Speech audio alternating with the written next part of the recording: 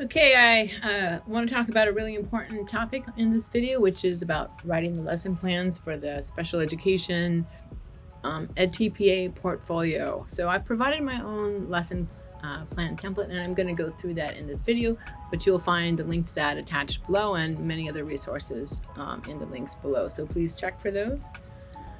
So the first thing to know is that I have filled in some italicized text here that you're going to remove and put in your own text, and then shorten the lesson plans as you see fit to meet the requirements. You can turn in 4 pages per lesson, so in all, your lesson plans can be 12 pages, and I believe this text in total is about 10 or 11 pages. When you create assessments at the end of making your lesson plans, note that those can be unlimited in the number of pages. So first of all, you're going to have lesson title, so for your overall lesson. And your lesson is going to address some state standard. So include the standard's number, text, and a link to it, and the name of the standard. And then you're going to have something that's called the central focus of the lesson. So you might have an overall state standard, like the student will be able to do addition of fractions by the end of the school year. But your focus, you're only doing 3 lessons, and don't want to do more than that because you don't want to do more than is necessary. But your lesson is going to be a subset of that. So you're going to have a central focus or an overall goal for your lesson, and that might be that the student learns equivalent fractions. You might also then have an IEP goal. So the IEP goal might state that the student learns equivalent fractions to 80% proficiency, for instance. And then you're going to have lesson goals and objectives. So here you're going to have 3. So if you click into here, I can't do this on the PowerPoint, but if you click into the box there, you can make more spaces. So that's why it's on this template. And so each lesson has to have a measurable goal. A measurable goal is something like the student can achieve 8 out of 10 or 5 out of 10 or 2 out of 5. In other words, if you think of a measurable goal like not can the student do or not do, but can they do and how much. So if I said, can you run 100 yards? That would be a measurable goal. Not only are you running, but I'm measuring how far I expect you to be able to run. Note also that if you use a percent, you have to have a denominator that percent refers to. So if you say the student will complete 100% out of 5 assessment questions, or 80% of 5 assessment questions, or what have you. So you can't just put the percent. We have to know how many it's out of. Then you have to also consider from the get-go how your lesson objectives will build on the previous one. So how are the lessons sequenced to move the learner towards the achievement of that overall central focus and IEP?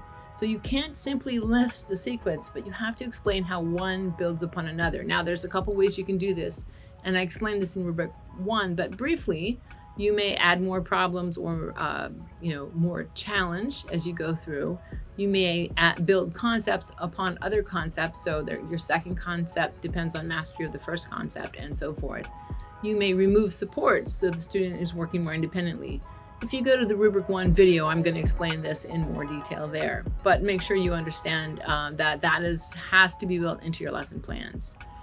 Then lesson times. You need to say that each lesson takes 1 hour. Now, your lesson might not take 1 hour, but the reviewer has to kick your portfolio back and ask you to redo it if your lesson times aren't an hour. Obviously, a small child or a student with special needs is not going to necessarily be able to sit for an hour. So call that as you see fit. Your film limit is going to be 20 minutes. So out of 3 hours of lessons, only 20 minutes gets to be submitted. Your call. And let me just state, you don't need to go look at rubric 1. The point of this lesson plan is that you don't have to go through all the rubrics. If you're interested, you can go there. Simply make sure that there's a logical sequence to your lessons. I just want to restate that. Okay, you're going to have so your objectives are going to be what will they know, what will they be able to do by the end of each lesson. So you can state here a little bit more clearly beyond your measurable goal if there's some sort of skill that's wound into it, some sort of IEP goal that is built into this. You can add that information here. And then the The special ed asks that your student develops a communication skill that they either demonstrate or use to participate in the lesson. So your communication skill might be that they simply can tell you the answers to whatever your lesson objective is. They can say it out loud, or they can ask questions during the lesson. So state that skill. And then how are you going to support that skill? So will you provide a rubric? Will you provide a model? Will you provide prompts? Will you give points every time they ask a question? In what way will you promote and support the student being able to ask questions? Will you give them a question starter? If they're going to give the answer, will you explain to them what a complete answer would look like, and so model that for them? And then be prepared to provide evidence of you supporting the student to use the communication skill. So the student is going to be using the communication skill, you're going to provide your support, and then they're going to use your support to achieve that communication skill. It could be done on paper. Video evidence is probably best, and you are allowed to take a portion of your 20-minute film and pull out, or in addition to add a section where you're supporting the student using the communication skill. Additionally, what will you do to differentiate instruction to support special needs? This should be up in the IEP, so you're going to be drawing for that. If a student has hearing deficits and needs technical support, or if they use a Braille writer, if they have visual issues, then make sure you add here that you're going to add that. Make sure that the requirement also supports the learning objective. So you're not only supporting the disability, but you're supporting the disability in order to achieve the lesson objective. And what will you do to support students whose first language is not English? So one of the things you're allowed to do, for instance, on an assessment is you might put only nouns and verbs, or you might make a pictorial assessment, or you might use Google Translate, but you have to have some way to support students whose first language is not English. And perhaps in your lesson, all of the nouns will also have pictures with them, so that when you assess that student's understanding, they can point to the correct picture. Okay, what kind of resources will you use, and how do these align with the lesson objectives and the IEP goals? So if you're using a slant board, for instance, on the floor, so a student, you can slant the materials that you're using with the student upward so that they can visually access that material more easily. You have to say that the slant board is to support their vision and to support them being able to discriminate the materials that you're using towards the lesson objective.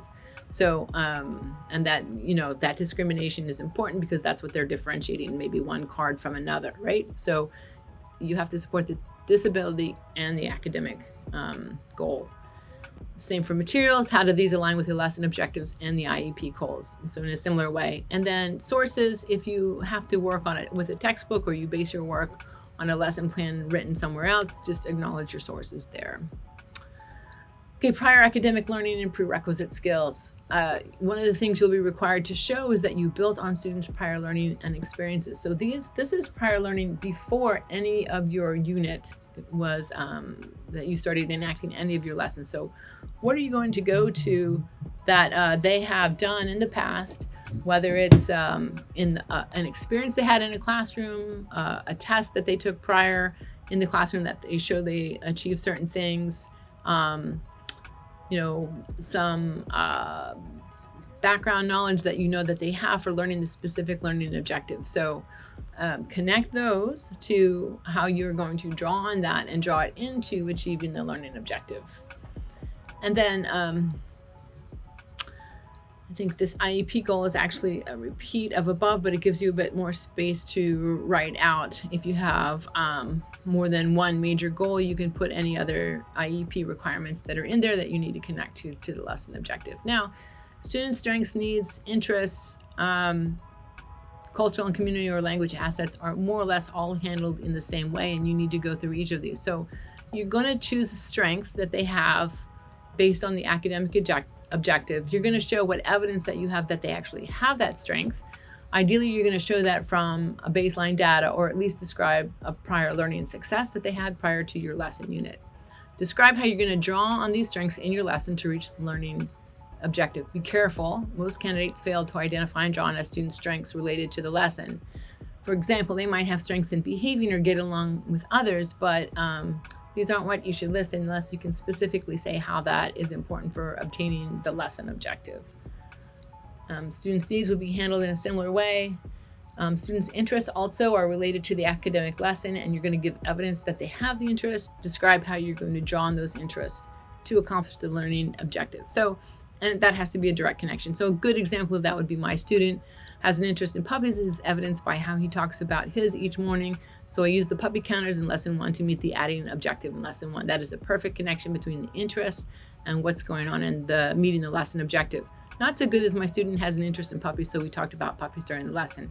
Yeah, you connected relationally and emotionally with the student, but you didn't use that interest to apply your lesson objective. So you've really got to think through how that's going to happen. That's why I said in my general advice video that you should interview your focus learners to find out what these strengths and needs and interests are, so that you could then begin to draw on them and connect to your lesson plan. This is where, in this section, where you take the interview information and think about how can I connect this to that lesson objective. Okay, another thing you're going to need to do is link to their personal, cultural, or community assets to new learning. So a personal asset might be that the mom takes the student to the grocery store, or the student is good at basketball. Cultural might be that the student's church has a specific way of interacting, or special holidays. The community might have a special event or activities each year, like block parties or Halloweens, or football watching parties, what have you. So you need to connect to at least one of those for a few of the questions. So you need to be prepared to do that. So now each lesson, I have here, this is lesson plan 1, and on the template there's room for 3, and all 3 of them will be exactly like this. You're going to have your measurable lesson objective. You're going to have a summative assessment sort of briefly written out here. So how will the students share or demonstrate to the extent which they met the lesson's learning objective? How will the assessment measure that objective? So how do you know that the objective that you're testing for is being measured by the test? That's really what you're showing. And then throughout the lesson, you need to make sure that you do these things. Sorry about that. So every time I touch this, it moves. Okay, so here is how will you pique interest and or curiosity regarding today's topic. So that is a good space to use the student's interests and cultural assets to ask a question related to the lesson and to them that will pique their interest. How will you activate and build on prior knowledge and experiences related to the topic? So now we're not talking about overall to the lesson, but for this particular lesson objective, how will you do that? Then you want to set a purpose and help the students learn why today's lesson is important. That's typical teacher stuff. How will you introduce and explain the new concepts to the students based on their strengths and needs? Make sure you do strengths and needs separately. Give the strength, evidence for the strength, how it connects to the new concept, same for the needs. And then as your student is practicing with your guidance, how will you support them as they practice the new skill or interact with the new content? Explain how their guided practice relates to the lesson objectives. You should hear that drone by now. How are you going to monitor their learning and check for their understanding during these activities? You could do an exit ticket, you could do an informal assessment, you could do an oral assessment. How will you engage the students in monitoring their own progress? This is not, this is, for instance, you take the total score on assessments and you graph it so they can see their progress over time moving up. This is not a place where students tell you, yes, I get it, or no, I don't get it, because it can't be based on the student's assessment of themselves, because they could be incorrect. And it has to be related to the lesson objective, not their feeling about the objective. How will you support the students to use your strategy? So for each skill, you should have some strategy that you want the students to keep in mind. That's really important for 4s on some of the questions. So for instance, one of your strategies might be a student is subtracting from a pile of objects, and one of your strategies is to put a bucket there, and he or she puts each item that they subtract into that bucket to keep it separate so the student doesn't confuse it with the answer. So how is that going to support? So that's a way to support your student to the physical bucket. The strategy is the physical bucket to remove the objects, and it's also how you're supporting the student to use that strategy. How will you release control during the lesson and allow the student to work more independently? In other words, how would you create a way for the student to be able to self-check? Will you have a rubric? Will you have a list of things that they should do? Will you have, if they flip that over, will they be able to see an answer key? What specific extension activity might the student do independently after this lesson to continue to practice the content and skills? So at the end of teaching them how to use all your supports and strategies and coaching them through that, can you walk away, give them an activity to do, and then come back and check if they were able to independently work their way through it? And then how will the student generalize or maintain this skill after the lesson? So what specific extension activity might they do independently after this lesson that continues to practice in the content and skills, but this time to maintain or generalize, not necessarily independently, you covered that, but to generalize might be to use that same skill in another subject area. To maintain might be to use that skill in 2 days. You could say, my lesson plans that the student will repeat this activity in 2 days, in 5 days, in 2 weeks, and in a month.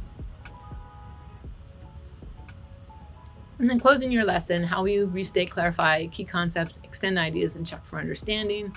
So that gets a little bit of that informal assessment in there.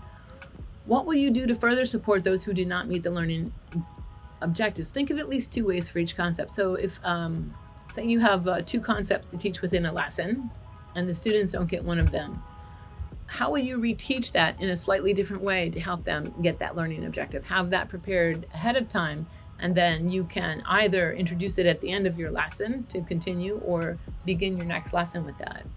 And then this one's important.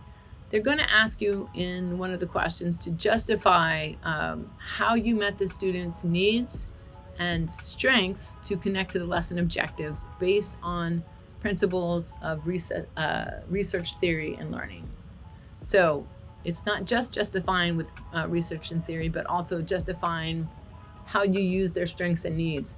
So one of the best ways to do that, I think, is to just go to Scholar Google and type in, or even just Google and type in evidence-based practice, put your lesson topic in, teaching subtraction without regrouping, and then put your special need in, ADHD,